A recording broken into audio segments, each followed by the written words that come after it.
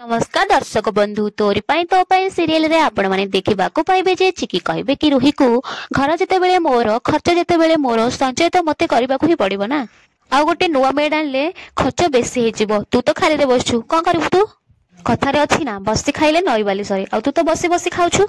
सुन बसी बसी खाइबा छाड़ आ टिके काम न बन दे हला जा आ इभिन पई समस्तंग पसंद र खाइबा बनेबो आ समस्तंग टु बुझी नेबो कहार कोन पसंद आ ताकू चाहि कि समस्तंग पई खाइबा बनै दबो। रुही कहबो तो मुंडो बोधे खराब हो जाइछि तू बोधे पागल हो जाइछु काह कोन कहउछु तू जानि पनु बोधे चिकी कहबे कि रुही मु तते ही कहउछि जहार ए घरे किछि औकात नहीं खाली जबरदस्ती पड़ी रहिछि आउ जदि तू मो कथा न मानिबू ताले बाध्य होई मु तते तो जीवा रास्ता देखै देबी तो असल जगह कोठी तो असल परिचय कोठी मु तते आराम रे बुझी देबी कोन कहउछु।